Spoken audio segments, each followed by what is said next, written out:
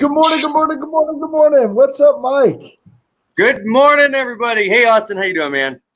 I'm doing well. So we got a cool little surprise this morning. Mike, you're in Abu Dhabi, is that right? Yeah. What's the time difference over there, my friend? What's the temperature? Give us the lowdown. Achoo. Oh my God, it's so hot here. It's 95 degrees, easy. The beach is gorgeous. It's amazing. My sister and I just walked up and down like the Palisade thing or whatever it is in front of all the other hotels. But that's it, right? So my little sister had her first back on December 28th, Amelia, and neither my parents or myself or anybody's been able to see, the baby or anything. So we all flew out, and my parents are leaving tomorrow, and we're all going to be here for a month. Dude, that's awesome. Yeah, it's really cool. It's really hot. So when you picked up the baby, how'd the baby react? Good. Really good. She's very intrigued by this face. Who wouldn't be? That's right. Yeah. Who wouldn't be? Well, that's awesome, man. That's awesome. So what's the time difference? What time is it there right now? Right now it is 6:02 p.m. So it's about 8 hours. Yeah. Ladies and gentlemen, at this point, I'm now going to give out Mike Perna's personal cell phone, and I would encourage you to call it at about 8 o'clock tonight. I'm kidding. Oh, I might still be up. Well, with the jet lag and everything, dude, yeah. The jet lag's real. I know. I felt like a bum today. I got up at 10 a.m. I was like, oh my God, I've never woken up this late in my life. And I looked out like I'm like, nope, it's actually 2 a.m. back home. So that's okay. We're okay. Yeah, I'd say all things considered, you're doing pretty good. You're pretty alert. The jet lag really gets me. Yeah, I'd say you're pretty alert. It usually gets me too. I really did some work on trying to time the flight and the sleeping and not sleeping, and I don't know. All I know is that I got my sister, my brother-in-law, and my niece here, and directly after this, we're going to have a dinner. It's gonna be so nice. Nice, very cool. Can't do that every day. Cool. Can't even do that every year nowadays. Yeah.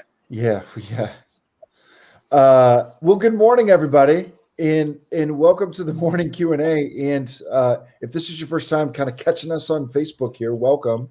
And this is something that we do at 10 a.m. every Saturday, and this is meant to be a Q&A for anything real estate related that you or anybody you know might have. And so what I would encourage you to do is put any questions that you have in the chat. We'll make sure that we get it.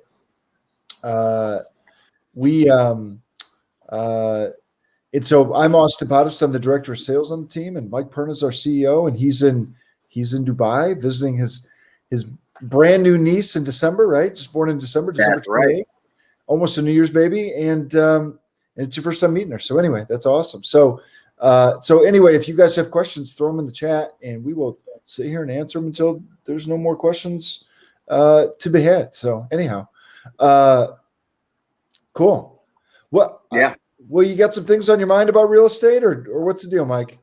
Honestly, I do. Go figure. Actually, have a couple of little things. Hang on, let me pull this. Okay. There we go. Okay. Share my screen for a second.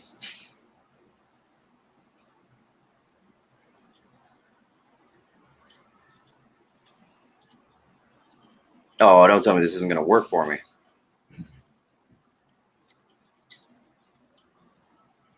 Aha. I think that's why that didn't work. While I'm looking for it, I'm going to share that.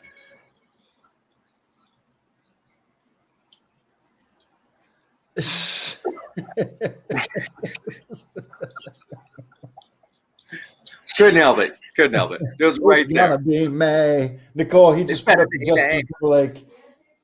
It's gonna be May. All right, guys, check all this out now that I've got this ready. I saw this the other day. Out of a company called Keeping Current Matters, which is a research firm on, they do a lot of real estate research. And there's been a lot of talk about the housing bubble right? Are we in a housing bubble? Are we not in a housing bubble? What does this look like? What's going to happen in the next 12, 24, 36, 8 years down the road? And, nobody can ever be able to truly predict the future. But what we can do is always take a look at what's happened in the past. Fair enough? Fair enough. Fair enough. So part of our crazy drive up in values, and part of our frankly, why I think we are not going to see this as a bubble, but just as a new resetting of real estate values. And there are a couple other numbers that go along with this, is this graph right here. I mean, here it is, right? Homes built in the United States by decade. So since the 1950s, we have not gone below 21 million homes or 20 million homes built each decade, except now. The only time there have been less homes built, 1930 to 1939, right? So this tells me that we're missing, especially going back the last 4 decades, we're literally missing 20 million homes that just don't exist. Law of supply and demand. Supply is down by 20 million. So demand and of course demand is up because low interest rates. It's just skyrocketing those prices. And this right here has a lot to do with this. All right, what are you thinking, Austin? Give me some comments. It's just a stark number. So it's stark. Not like because you're right. We've been, we talk internally a lot about like, hey, do we think we're experiencing some kind of bubble? And so for those of you guys that don't know what a bubble is, I'm assuming everybody knows what a bubble is, but a bubble is just when assets become so inflated, right, that they pop, right, or something happens that causes, right, a massive drop, right, a massive correction in any kind of asset. So we experienced it in the housing boom, and right, we experienced with the housing market in 2008, 2009, 2010, right in there. We've experienced it in the stock market in 2000 and kind of right around that Great Recession time and the Great Depression and things like that. And so the idea is like an event happens and assets rapidly deplete. And typically what happens when there's some kind of event that causes assets to typically deplete, and I say assets because it's not just houses, it could be anything. For all we know, we could be in a Bitcoin bubble. You know what I mean? But anyway, It's an asset. But anyway, usually you see a run up, right? Like oftentimes you see a run up and then it pops and comes down. Not always. And by the way, it's impossible to predict. It's impossible to predict when and where that might happen. Now, by the way, Mike, in economic terms, I'm sorry, I'm just laying some foundation here. In economic terms, a market correction of 10 to 20% is healthy, right? 10% is considered a recession and 20% is considered a depression. That's why 2008, 2009 was so unprecedented. We saw a 40% depletion in assets in some cases. So it's just unheard of, right? And so sometimes that kind of, whenever you go through that kind of event, it impacts like the psychology, it impacts the way you think, you know what I mean? And so all we're trying to do is predict, like, is that going to happen again? And so anyway, so look, the thought is probably not. Like we might see a 10% correction, we might see a 20% correction, and it's not, and I don't even think we'll see that, by the way. So then we try to figure this whole thing out, right? And so one of the things that we look at is, because this is a supply and demand thing, right? That's ramping it up. There's not enough homes for people to buy. And so what ends up happening? The homes that are available end up in bidding wars. And whenever you have a bidding war on anything, a la eBay, and you're bidding on your Star Wars shoes or whatever it is that you're into, right? And if you have a bidding war on anything, then you end up, right? You end up with rapidly increasing asset prices. And so what we're trying to figure out by the whole thing, and on that chart that Mike put up, it's like, do we think that there's going to be some kind of bubble? And it's like, no, they're just not building enough houses, Mike. And that's it. I mean, sometimes the simplest answer is the answer. You know what I mean? Yeah. And I think this might be one of those cases. And they're just not building enough houses. And throw that chart back up. Yeah. Do I still have it? Hang on, let me grab it. Sorry. You're good. And by the way, when he pulls this chart up, we're not off by 10 or 20%. We're not off by 10 or 20%. Like there's 1/5 of the amount of homes being built. You know what I mean? In the last decade. Sorry, thank you for doing that. Yeah, so if you look at what's 5.8 into 27.1, it's 1/5 of the properties, give or take, right? So we're not talking, and by the way, this isn't like when you look at the trend, 21, 20, 25, 25, 26, zoom, right? You just don't have enough supply. There's a lot of folks taking advantage of that, to be honest with you. Absolutely. And eventually it'll pick up. And I'd be really actually curious. And by the way, I don't know what you've experienced, Mike. But when I drive around, there's new subdivisions popping up everywhere. Wouldn't you agree? I would agree. And here's another interesting thing I want to see what happens over the next quarter. With the price of lumber skyrocketing, the labor getting harder to get, and frankly, prices going up. I want to see what happens. I want to see what happens with these builders and where their pricing adjustments come in. I know, I've talked to a couple of builders now at this point that have indicated that, like going into the new year, they were operating very, very close to the line, like a razor thin. There was a little bit of profit, but there wasn't a whole ton of it. And now we've got labor prices just completely through the roof.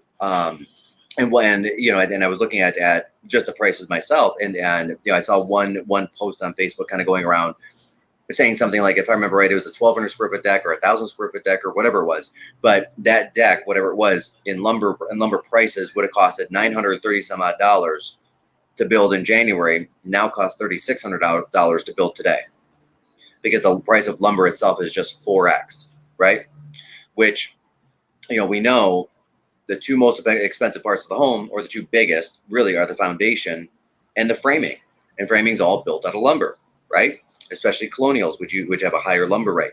Now with these prices going up, several builders are on the one side, they're saying, shoot, these first 40 homes that we sold last year that we're breaking ground on now, we're actually losing a considerable amount of money per home. Now let's say the considerable amount is $30,000. That's not a ton, but when it's 40 homes, that's 1.2 million. And unless you're Pulte, it's really hard to sustain those kinds of losses. Sure. If you're a normal builder, if you're just a good dude building 80 properties a year, right, and doing a good job with it, like a Menavegna or those guys, or a Mill Creek, like these guys are going to be struggling, which also means that they've got to shore up that other 1.2 million loss in the next 40 homes of the 80 that they're building, or the next 50 of 100, or whatever that looks like. So now that next buyer is going to have an even higher inflated price. So then the option is going to be either pay it or don't buy the home. And if they choose not to buy the home, we may see those starts again start falling, because the builder that just lost $1 million on this in the first half of the development, they're poised to lose another $1 million or zero out, which means they've only lost $1 million. They may just go belly up and just declare bankruptcy. And we saw that happen in the Dow market. Actually one of the more notable ones was MJC on the east side, right? MJC and Shelby, Macomb, Utica, Chesterfield, Harrison, they had builds going on everywhere. But one thing they were smart enough to do was they wrapped each build in their own LLC. So at one point they just bankrupted out individual builds, and the community just sat stagnant for years until another builder picked them up and finished them out.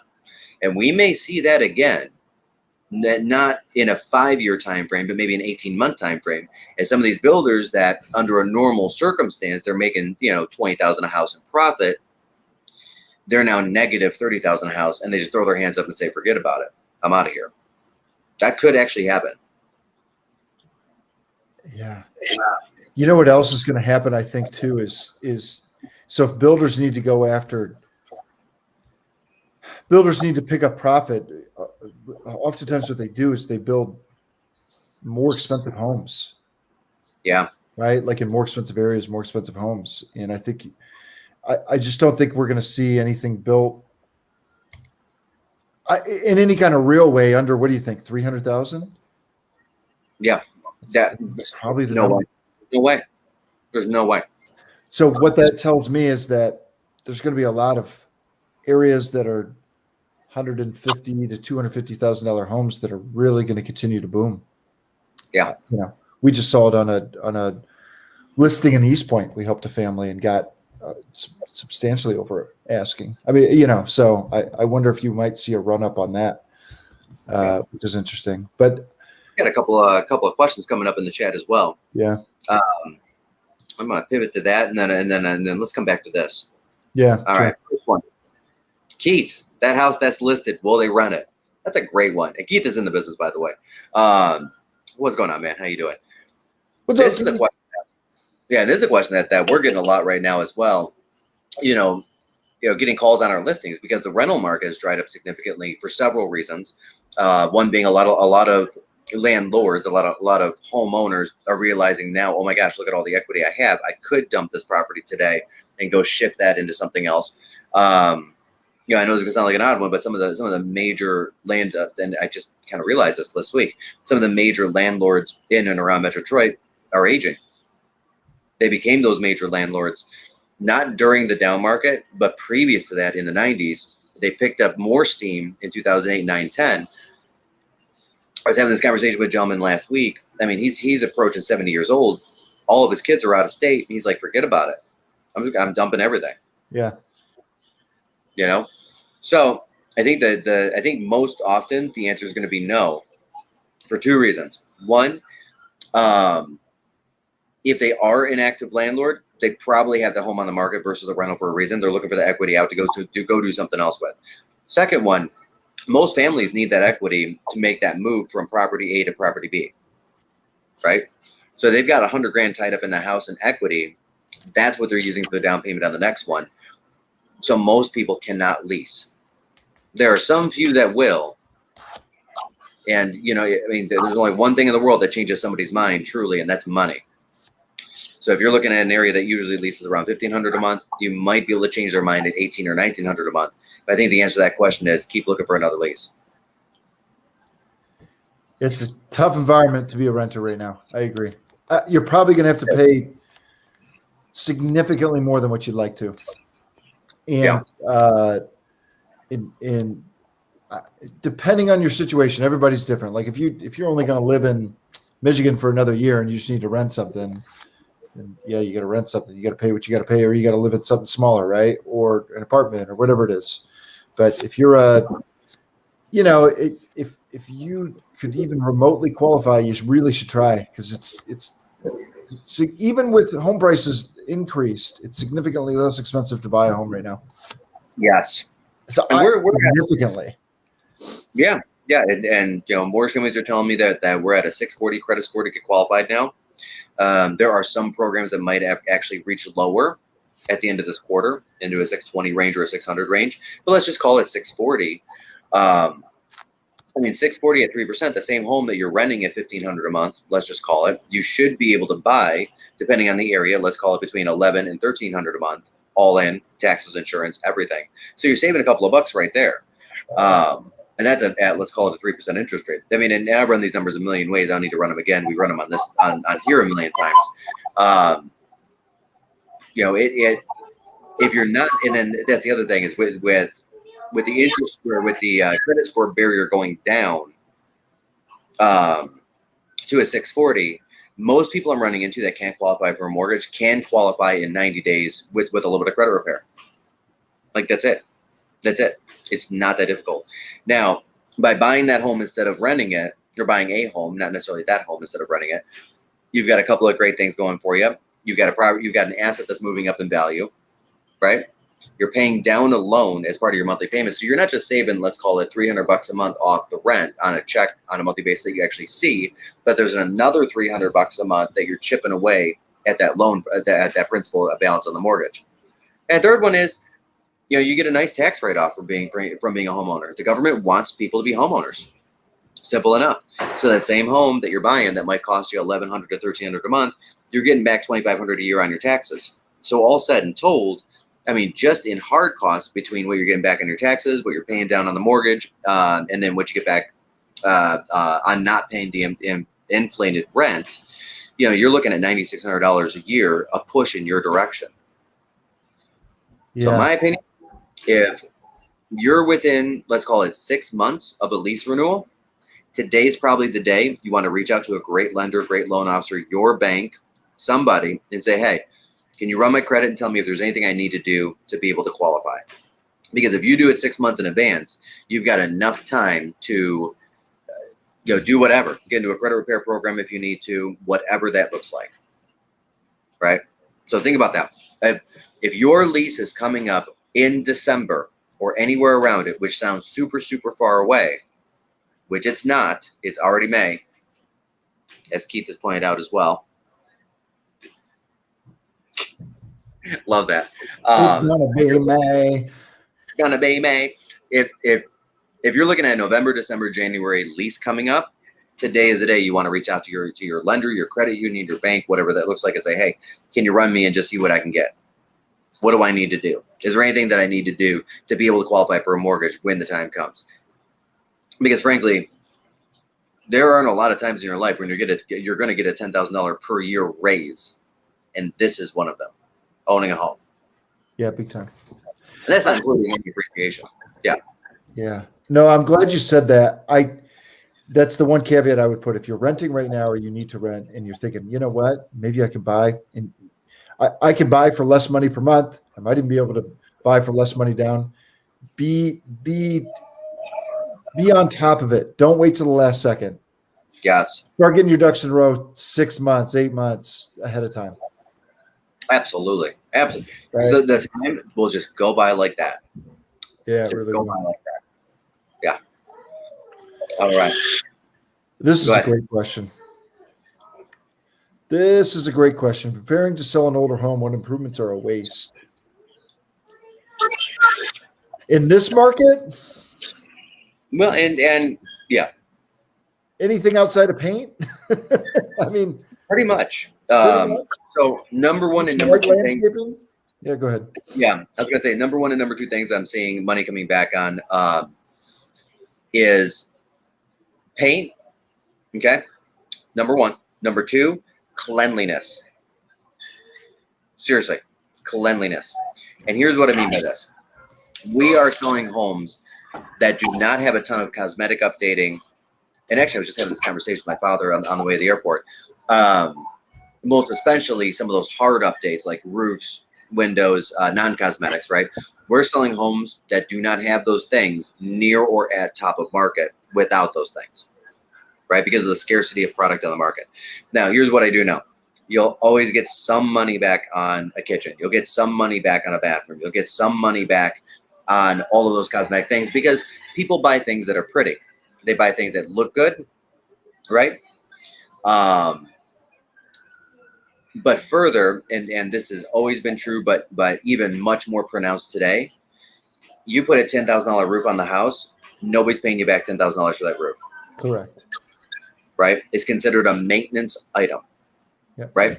The expectation of a buyer walking into a house is that the roof is functional, windows are functional, HVAC is functional, all of those things. Plumbing is functional, electrical is functional, the basement doesn't leak, all of those things.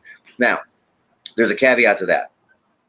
In this market, if you need to do a roof, my advice is give us a call and let's take a hard look at the individual situation. Here's why. I'm able to negotiate past a roof, let's just call it, 8 times out of 10. Right? So there's a home in Farmington Hills that we put on the market for $380,000. I don't know, maybe 7-8 months ago, maybe even a little longer. We sold that home. It was the number one price in the neighborhood over the last 10 years. Number one price per square foot on the neighborhood last 10 years.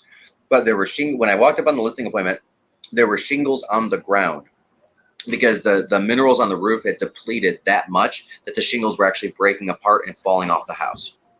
It was in immediate and dire need of a roof at that moment. The buyer came back on the home inspection and said, hey, we want to knock $14,000 off for a roof, which my guy was actually, he was going to do the roof before I even got there. He got in the quote around $13,500 from Home Depot because he knew the problem. I said, why don't we hold on? Over the course of negotiating it for about 5 days, I got the buyer down to accepting $1,000. Far superior for that seller, far more advantageous for that seller than either doing the roof, which wouldn't have pushed the sales price, right? because that negotiation was based on a decent roof already. And then far superior to him coming back and trying to negotiate with the buyer even further. Because, I mean, to be fair, he would have probably gone more than the 1,000. But I also knew I had the only home in the neighborhood available. Right? So it's either buy this or don't buy. Mm-hmm. And that buyer had already sold their home. I'm not trying to be negative towards anybody, but my role, my job, I was a hired gun in this situation to get my seller the most money. Right? And same thing on the flip side. If I'm hired to represent the buyer, I'm going to do the same thing on the flip side. I'm going to push for those dollars there. Right? But it's an example of this roof that costs either $13,000 or $14,000, depending on the quote, ended up costing the seller $1,000. Yeah. Right? You know, and I'll use my grandmother's house as the other example when it comes to cosmetic improvements. Her kitchen's original. It was 40 some odd years old, and the thing was done.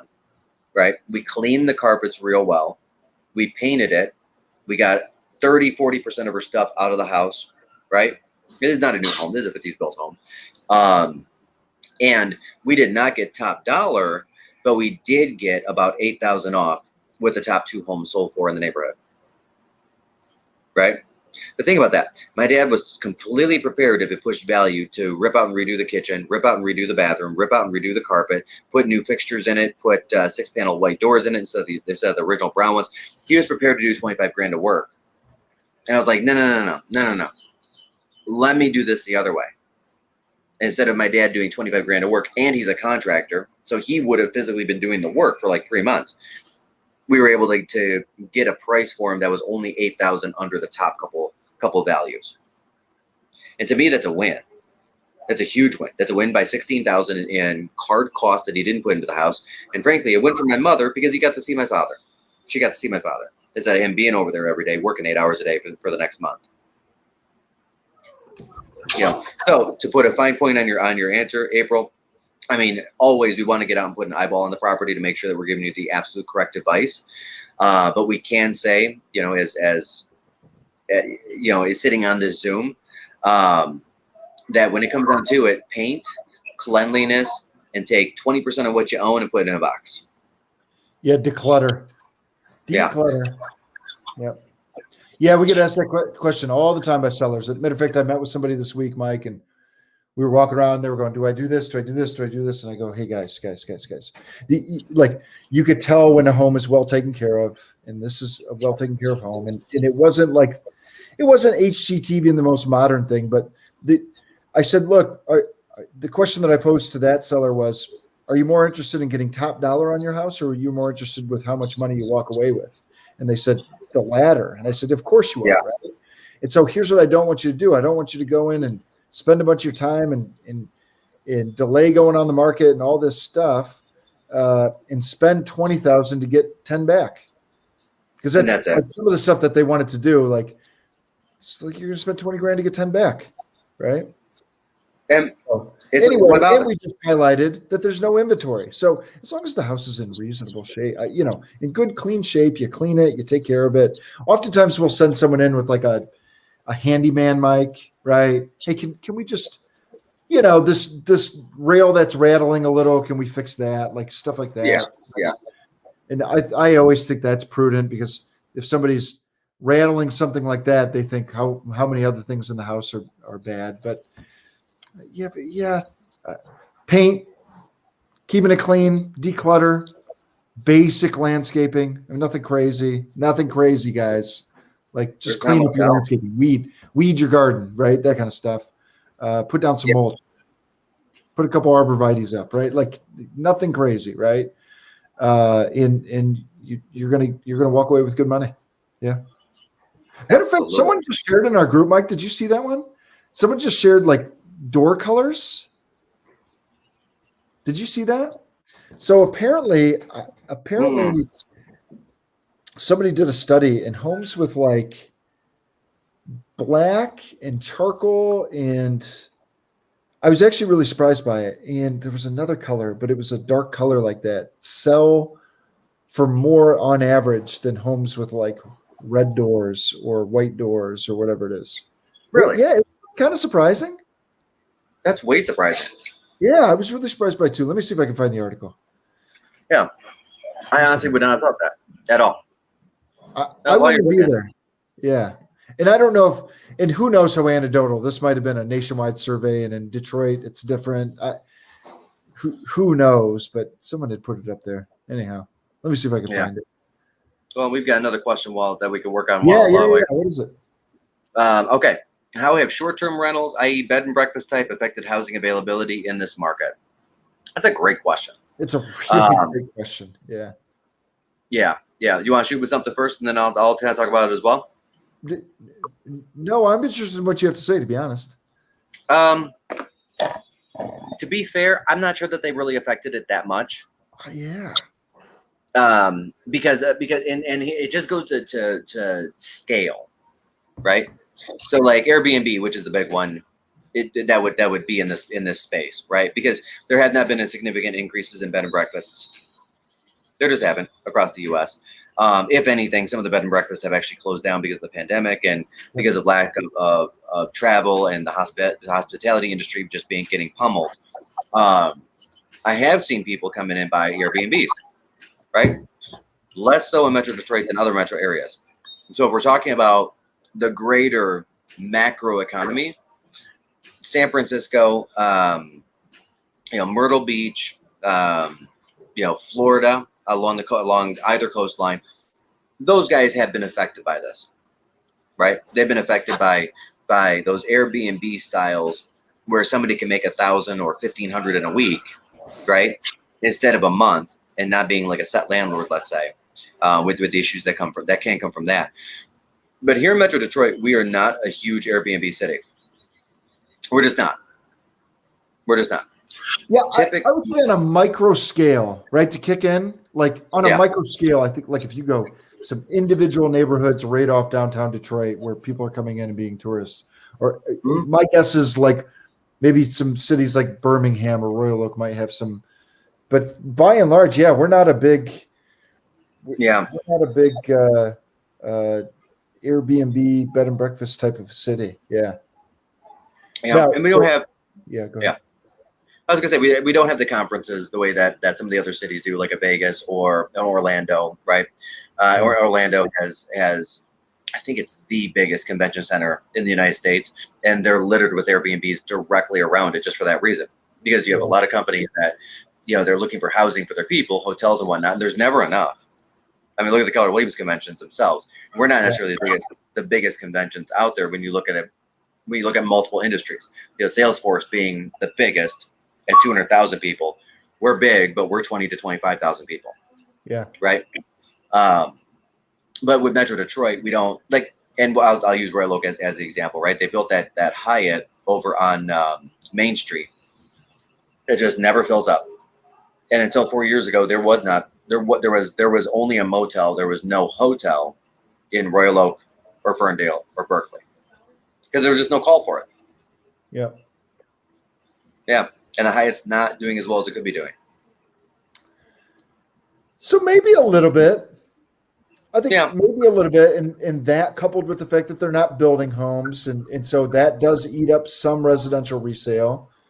I think there's a case to be made that it absolutely would impact on a micro level, like a micro neighborhood or a micro city or a micro area, right? I think it absolutely impacts things, and I think on a larger macro scale nationwide, I don't think it's. How about this? I don't think it's a significant impact, right? Yeah. Agreed. Right? That's how you answer that, right? Yeah, I think here, especially in Metro Detroit, like I always think of.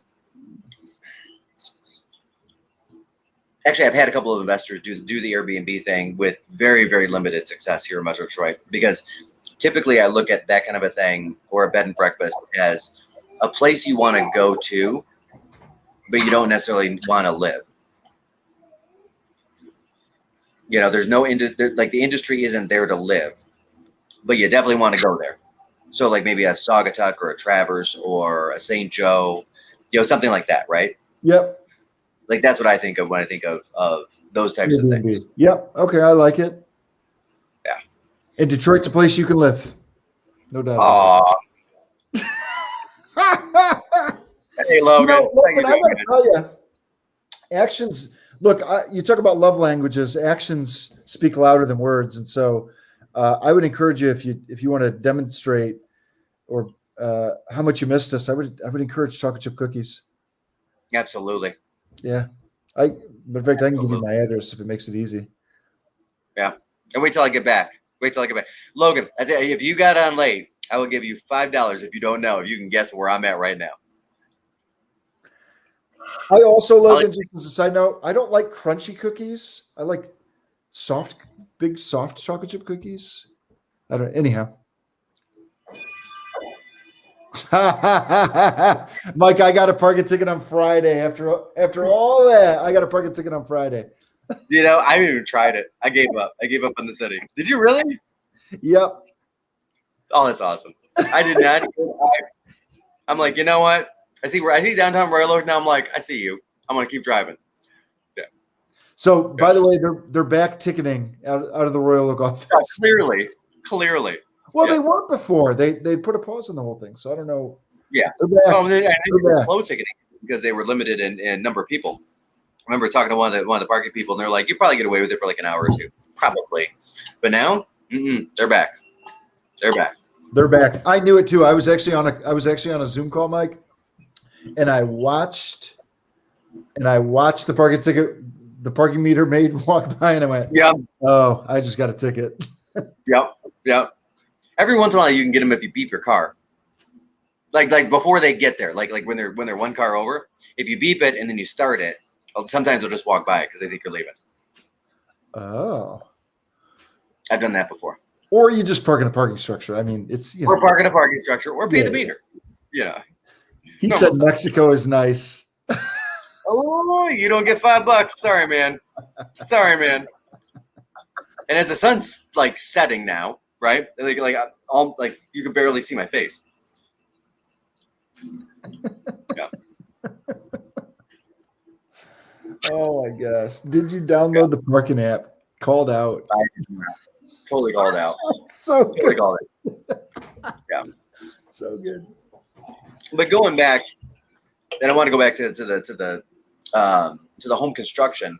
Yeah. Going back to the home construction, I do think we're going to see that number move up significantly this decade. I mean, just driving around, right? For anybody that wasn't on to catch up to speed, over the last 4 decades, we haven't seen anything less. Just throw the chart up again. Yeah. This is a really cool chart. Yeah, when I throw it up, I don't know. The whole thing in a nutshell. And then it explains the whole thing in a nutshell. And then on top of that, you got low interest rates, and boom, now you're understanding why there's a feeding frenzy for homes right now. And by the way, if you're thinking about selling, do it. Do it. Call us. We're happy to help. But anyway, yeah, throw that chart back up. Sorry to talk over you. There. You're good.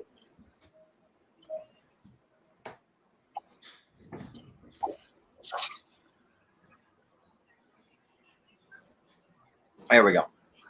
So, in a nutshell, I believe there to be 3 basic reasons why we're seeing this inventory problem. And it is an inventory problem. And then after this, I'm going to take this down and go into a couple of different numbers that I'm going to be doing tomorrow for my my monthly in a nutshell what happened last month. But number 1 being we're missing 20 million homes. They straight up just do not exist. They did not get built. That's number 1. Number 2, after the last down market in 2007, 8, 9, 10, people are not moving like they used to. They're staying in their homes much longer. So instead of the typical 7-year flip on a home, so a family would buy a home and stay in it for 7 years, that's now been extended for the average American to 11 years. Mm-hmm. So that's 45% less properties coming to market because those people are just deciding not to move. Mm-hmm. They're just making the decision not to move. And now we've got this whole millennial, the bottom half of the millennials deciding, hey, I want to be homeowners too, and I want to partake in this, right? Mm-hmm. So we've got all of these people dumping into the market, and they're really all trying to take advantage of this 3% interest rate. And that's where the growth is coming from real estate is that sector, that 26 to 34 kind of age range. Again, dumping into the market, putting pressure on. Now, part of that pressure goes to, okay, I bought a home in 2014 and it was $180,000 in Royal Oak, and now I can get $250 or $260. Holy heck, that's a lot of equity. I may as well make that move as well. And so that's putting the upward pressure on the 400 to 600 crowd, and so on and so forth, right? And that's where we're getting a lot of that from. So those three reasons are kind of like the trifecta as to what's going on in real estate right now, like literally right now. Oh, he cheated. Logan cheated. Logan cheated. He did. But he's right. He's right. The man is right. Yeah. He's right. But going to a couple of those stats, so, and these are broad-based all of real comp stats. Getting to a couple of these. This is really nifty. So we were off to a real strong first half of the month for April, as far as number of homes coming on the market. I mean, it was 28% above March is what we were looking to tee up to. We did not end that strong. So in March, 12,419 homes went on the market. In April, and I was hoping to hit 15,000. That was kind of my hope, a 20% increase. In April, we saw 13,517 homes, which is a very mediocre increase of 1,098 homes. Yeah. That was not what I was hoping for. I was hoping for 2,500 homes, just being honest. Yeah. Two biggest increases in homes going on the market are in the 250 to 300 price range and the 500 to 600 brackets. Oh, interesting. And I don't know why. Those two right now, and 3 to 350 was actually the third bracket. Those two price ranges, or three price ranges, are doing house swaps right now. So people that have been holding onto their home and they're empty nesters and they have 3,000 square feet and they haven't needed it for the last couple of years, these guys are saying, you know what, maybe today's the day to downsize. And they're going in and looking for a condo, let's call it between 250 and 350, or a house between 250 and 350. Now, those guys at the 250 or 350, they're going the opposite way and saying, hey, at 3% interest rate, I can afford so much more home now than I could 3 years ago or 2 years ago. Yeah. Let's make that jump 3 or 4 years ahead of time. Yep. I agree with that. Yep. I think there's a lot of folks out there that bought their house for 400 and they're going, holy cow, I can get 550 for my house right now. Great. Let's do it. Yeah. Let's do it. Yeah. And then the last number I've got is the median sales price has increased by $9,100 month over month, or about 3%. Month over month?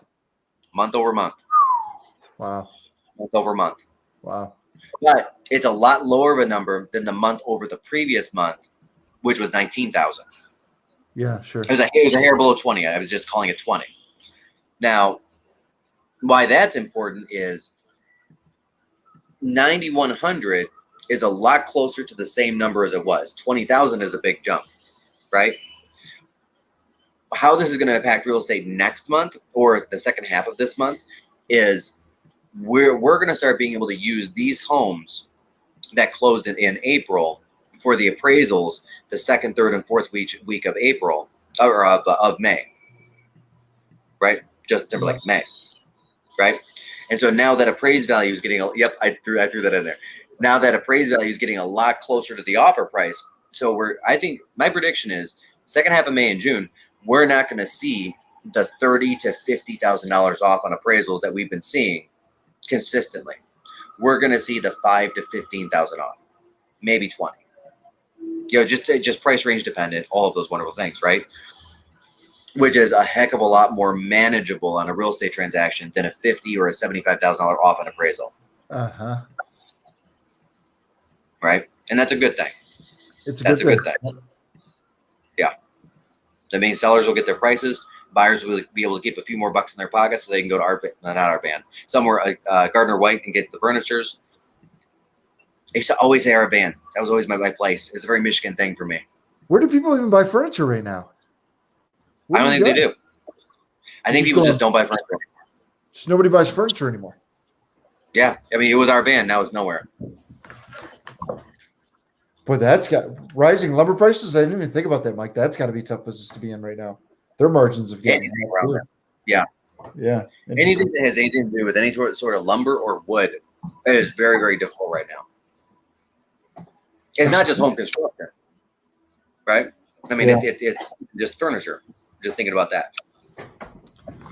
Decks, any of it, yeah. Rich supply, huge demand, perfect storm, silent generation, baby boomers living longer, staying in their homes, millennial entering the market at low rates, almost new construction, and still some carryover for COVID. Just perfect storm. Yeah. Yeah, kind of what we've been talking about is there a looming bubble? And I just think I just think we're gonna get to a point where it's just gonna level, as I think what's gonna happen. Agreed. Hey, Logan, is that what went in over on Woodward where our van used to be? I know something went in there. I drove by the other. Yeah. Is that what went in there? Yeah. Yeah. I mean, yeah, there's still some. I mean, clearly there's still furniture companies out there. I mean, Restoration Hardware is still there. You know, Wayfair is still there. You know, Ashley Home Store, Gardner White, all those guys. Yeah. Gosh, interesting stuff today. Mike, really great job with the stats today. Really interesting stuff. By the way, what other questions do people have? This is really great stuff.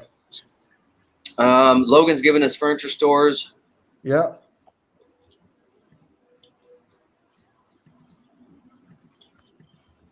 That's right. Oh, that's a story. The Toys R Us story is so horrible. So sad. Yeah. Who else we got, guys? Questions. We covered a lot of ground today. A lot of stuff today. Agreed. Like a lot more than I thought that we would. Yeah, agreed. It sounds like there's a dance party behind me. Are they jamming out? Yeah, they started up the jam outs or whatever it is that they're doing. I don't know what they're doing. I know what I'm doing. I'm gonna visit with my niece. That's awesome. Yeah. Cute kid, looks just like me. Yeah, got to be. Boy, that's a curse for a girl, I think. But okay. Yeah. But if you say so. So. What happened? That's a good question. How do you feel about reaching out to agents who write horribly written offers? Yes, I reach out to them, and I heavily encourage them. Guys, let's get you into boot camp. Let's get you trained up. Let's get you writing better offers. Let's join the team. Join the team. Yeah. It's funny you say that. I mentioned this earlier, but I had this one that I put up in East Point. I had, Mike, I don't even know, 30 or 40 offers. It was wild, but yeah. It's just the difference between the way an offer was written was just night and day between different agents. And matter of fact, one guy kept his clients in the running. One guy kept his clients in the running by just having a great written offer, had their lender reach out, the whole thing. And it's just, gosh, especially in this market, a well-trained and just an agent that knows what they're doing just goes a long way. And, oh my God, it does. We're really proud of that, actually. Right now, how many families have we helped get an accepted offer this month, Mike? I think we're at 80. I can pull it up. We're at 83 home sales total. I want to say it's around 60. Yeah, I pulled it up from yesterday.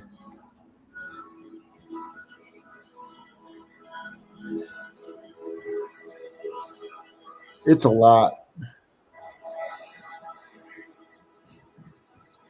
Yeah, go ahead, sir. Yeah. Sadie said I was in witness protection. Nice. So you can't see the face. Yeah. But the sun's setting here. I did not know. When I started this adventure of ours today, this Zoom. Let me see if I move closer. Is that better? Yeah. No, it's not. I just look like a big head on the screen. Nice. 50 buyer pendings right now for us. And I don't know how we're going to end the month. I imagine we'll have a couple more. Call it. We helped 50 to 55 families last month get into a home. And the total amount of families that we helped last month, we're proud of these things, right? If I add up everything, we helped 130 families last month. Yeah, we did. And to answer your question, Logan, yes, I'm in Dubai for the first time seeing my niece. It's very exciting. Actually, I'm in Dubai, not Abu Dhabi at the moment. because the way the quarantine works here, it's easier to get into Dubai and then stay here for 10 days. So they actually came down and we're staying together, which is so nice. Let's see if I got a picture, because that's what we're going to do. Wait, so what's the difference between Dubai and Abu Dhabi? And they're just two different cities. Yeah. Then technically like two different countries, or like states. It's like Michigan and Ohio. Like city states. Okay. Got it. Yeah. But they're both part of the UAE. Yes. Okay. Now that's her looking at me. First time. Is that right? That's right. Look at the Star Wars shirt on. I Look choose at that that piece. hair. Yeah. No, my sister's hairy. She's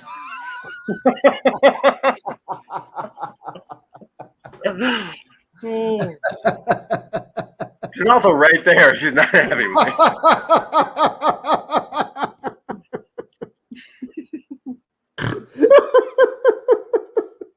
Oh, my sister? Yeah, she's hairy. We had to come from somewhere. Oh, ladies and gentlemen. That's like $3.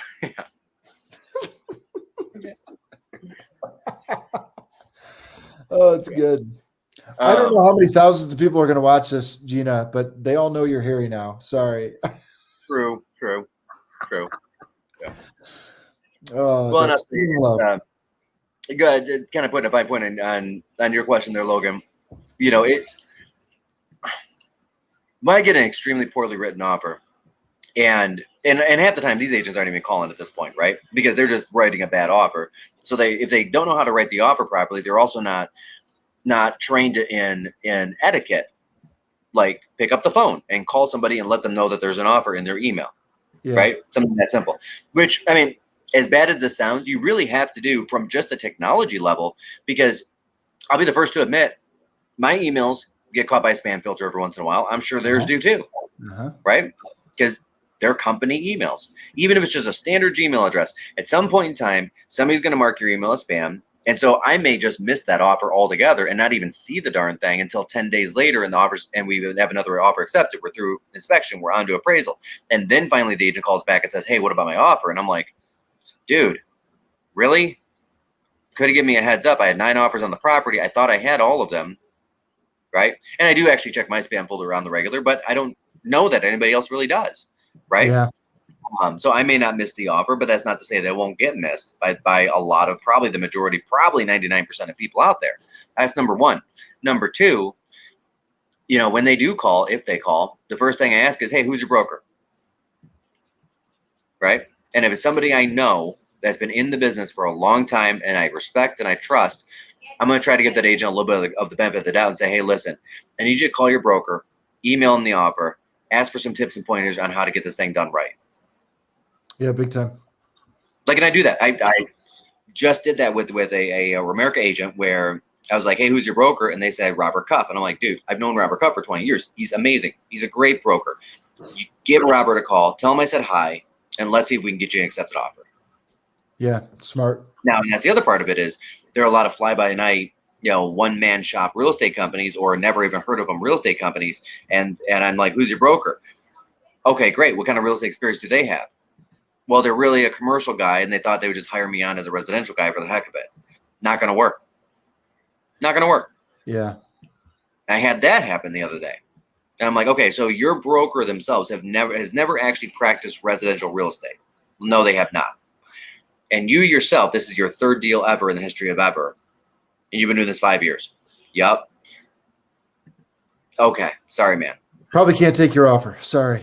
Yeah. I mean, and it's not a mean thing. It's not a mean thing. Yeah. It's my job is to provide a specific stress-free experience for my client while getting them the best deal. Not just that, Mike. The corporation doesn't know what they're doing. It's you have to accept an offer that's going to go to a closing table. Yeah. You know what I mean? Like someone could offer 300 on 200, but if it's not going to go to the closing table, it's not worth anything, right? You got to accept an offer that gets to the closing table. Yeah. Absolutely. Absolutely. And again, not trying to be negative towards anybody. No.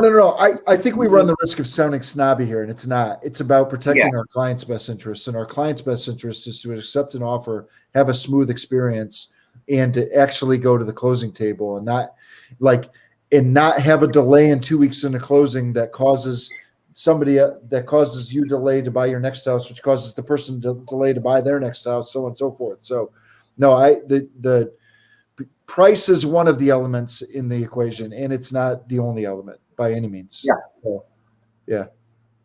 And a good agent on the other end understands that. And they can get the price where it needs to be versus other offers out there. Yep. I mean, and I'll tell you, there are still agents out there that are still trying to run the trick or run the play of, this sounds horrible, hey, let's write an obscenely high offer, but not give anything up on the appraisal, guaranteeing that you're not getting to a closing. Yeah. I'm not kidding. I've seen half a dozen offers like that in the last 30 days where, like, we're priced at, let's say, $200,000, and we're getting offers up to $215 or $220. They're looking nice and solid and good and love and rainbows and puppies.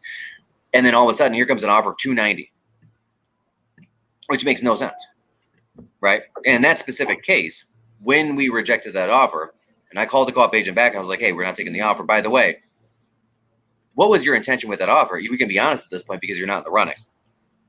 And the agent was actually upfront. My intention was to come back on the appraisal and renegotiate this thing back down $100,000. Yeah.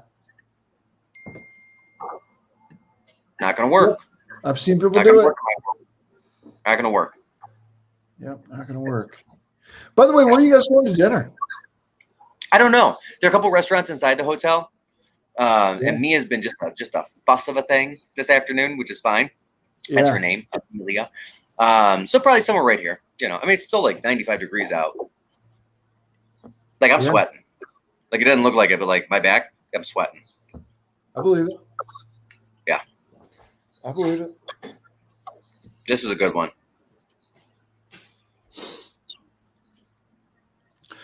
That's a really great point, Logan. People really underestimate how emotional of an experience it is to buy and sell a home.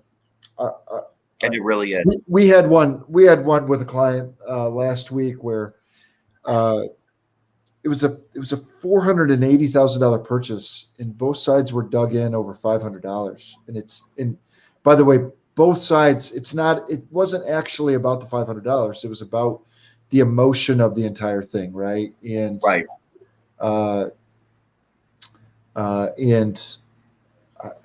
it's interesting. So the agent that I was coaching, Mike, they said, well, what do we do? What do we do? And I said, hey, contractually, you've got a couple of days. Just let everybody sleep on it a couple of days. Just like bring the emotions down. And then once all the emotions came off the top, we had a civil conversation and got it worked out. And it turned out to be not that big of a deal. You know what I mean? Yeah, I do. It was almost like initially like, how dare they, over $500. What's that, buddy?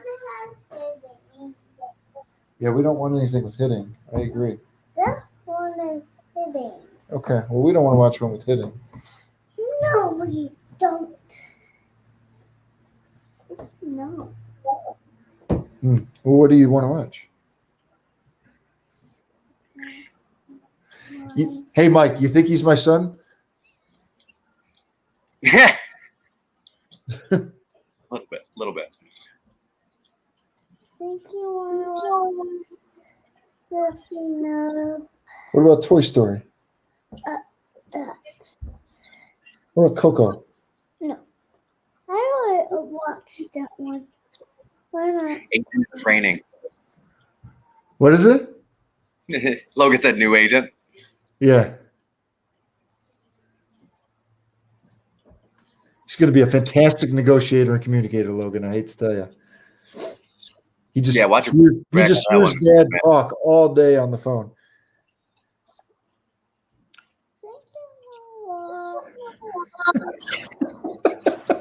I mean, if you have real estate related questions, throw them in. And if you're far more interested in this, I totally get it.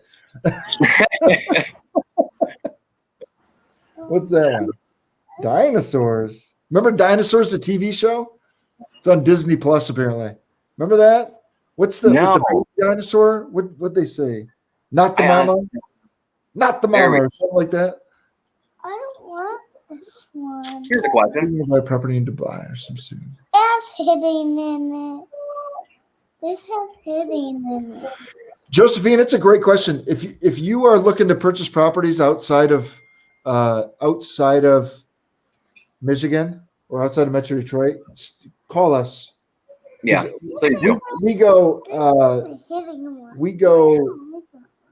to all the conventions. Matter of fact, we spoke on a national call for Zillow this week. We know a lot of agents, and we know who's good and who's not, and we can refer you to somebody out of area. So I would say just call us on that. We can help you. Instead of guessing and trying to figure it out and the whole thing, just call us. We'll point you in the right direction. Yeah, you want to watch Absolutely. And I'll even carry the ball farther than that. One of the reasons why we're with Keller Williams, which is the largest real estate brokerage in the world, is like if I want to buy a property here in Dubai, the first thing I do is go into my Keller Williams system, and I would look at the top 5 KW agents in Dubai, right? And there's literally a Keller Williams office 3 miles from me. I drove by it on the way in when I was getting to the hotel. And that's a great question. So then I'd look at those their experiences and then what they've sold. And then I'd also look at their client reviews and everything else. So it'd be a mash of both as to how I pick that person, if that makes sense. And then the last step is, of course, interviewing them and just making sure I'm comfortable with them. Because I'm also not going to refer somebody just because I have somebody to refer. Yeah, actually, good question. One of my past clients said, hey, this city in Connecticut, my son is thinking about buying a home. Do you have anybody to refer? And I actually called 3 independent agents, none of which called me back. And I said, hey, I've got a great buyer. He's 50% down. He's this. None of those 3 actually called me back. So I went back to him 48 hours later and I said, I'm so sorry. I cannot refer anybody. I'm not going to do it because I'm not going to put my name on something that I don't believe in. It's just not going to happen. I'd rather just say no one. Yeah. Anyway, call us. We can do that. We can do the legwork on it. Yeah. No. So Logan, that's a great question. So in Abu Dhabi, the way that their quarantine works is I've got to stay 10 days in one little box in an apartment. Right. And like as an example, my sister couldn't even pick anybody up from the airport as far as Abu Dhabi goes, because the taxi cab companies have to report in when they take somebody from the airport and drop them off into their quarantine location. Right. And then there's a bracelet of some sort that they've got to wear, and they've got to do an additional COVID test, not only to get into the country, but on day 8. Like it was a hassle. But what it really would have been, Logan, was myself and my sister and my new niece and her 2 cats and her husband and my mother and my father in one apartment and myself. So I decided instead I'm going to go and do my quarantine in Dubai. Up here, I'm going to get here a few days for my parents do. Where with Dubai, it's a 10-day quarantine, but it's anywhere in the city. Which you're probably scratching your head and thinking that makes no sense. That's not really a quarantine. And you're right, it's not. But Dubai's economy, the crux of their economy is not actually oil driven. It's tourism, right? Whereas Abu Dhabi, everything that all the income that they're producing is coming from either 70% of it from oil, and then the other 30 or so from their investments around the world, which I'm sure that number goes up and down and changes or whatever that looks like. But anyway, you cut it. They're not focused on outside money coming in and spending money at resorts like this or anywhere, right? That's not the focus of their economy. Focus of their economy is oil and then also international investments. Yeah. Right. So they can make whatever rules they want without impacting the local citizens and what their jobs look like. So that's the kind of paradigm behind each one of those. It is interesting. Yeah. And there's a beach here. So I'm good with it.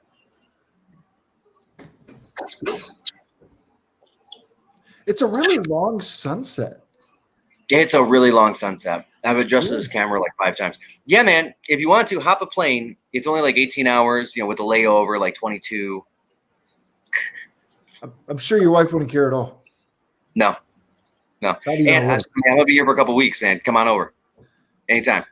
Not even a little. She'd say, oh, why didn't you say so? Go ahead. That's exactly what you say. Yeah. Oh my God, honey. What? How long have you been withholding this from me? Yeah, get on the plane. Goodbye. That's right. That's right. And they're also very big on Diet Coke here. It's a thing. Hey, let's get that off. We're a Pepsi family around here. I apologize. You're right. My wife works for Pepsi, in case you didn't know, in marketing for Pepsi. Yeah. Shame on you. Don't do that again. Get a job transfer over here, man. I'm messing with you. All right. You want to put a pin in it? This is really fun. Let's do it. Really great information today. Really great information. Yeah, Pepsi. And to be fair, I'm a Mountain Dew guy, which is a Pepsi family product. Yeah. Yep. True story. If you've seen Mountain Dew Spark, true story. Right now it's an exclusive Speedway product, and I think it's going to go nationwide. My wife designed it from the ground up, picked the flavor and everything. True story, by the way. So go get yourself a Mountain Dew Spark and support my wife from Speedway. If they're out, just pick up a pack of Pepsis. That's right. Just hand them out to everybody. Say, drink more Pepsi. Okay. Well, let's put a pin on it. By the way, you guys, we do this every single Saturday at 10 a.m., and I appreciate it. And there was awesome information today, and I know we went off the rails. We had a lot of fun. Live in Abu Dhabi. Yeah, it's awesome. That's right. But anyway. That's right. If you need help with anything real estate related, call us. Anything, referral, anything, right? And we'll be able to get you some real advice. And we believe in transparency and being candid with our clients, and we will do so with you. And I'll say this: one of the things that you talk about all the time, Mike, is how humble and grateful you are for the families that we serve in the relationships. I'd love to hear your thoughts on that. Nice. Is that about the three best friends or about the humbleness? The humbleness. Like I call my three best friends. I'm like, what are we? Yeah. No, and sincerely, everybody, there is no greater gift that somebody can give than the trust of their. I don't even want to use the word business, but it is. I mean, and on the one token, it's business because this is a large financial transaction. But it's not business. It's where a family is going to live, where they're going to grow up, what their experiences are going to be. Right? I mean, think about this. Like there are decisions that my parents made, right, on where they moved using that agent at that time, which had advised them that this neighborhood would be a good neighborhood, which influenced lifelong friends. It influenced schools. It influenced, private schools. It influenced, all of those things. And that's a heavy responsibility. And sometimes I don't want to say that people forget it, but I think some people in the real estate field forget it, and we don't. And we do not take that for granted. We don't take the choice of who you choose to work with for your real estate needs for granted, because we know we're a very small piece of life in the world, but we're definitely a rock in the pond. Yeah. No, we're really grateful for our clients and for everybody, the families that work for us, all of it. So anyhow, all right. Well, I'll see you next week, man. Absolutely. I'm going to go have dinner with my niece. That's all I'm going to do. Fun. Yeah. I might even bring my sister along. Love it, dude. All right. See you guys. See you next week. Yep. Bye.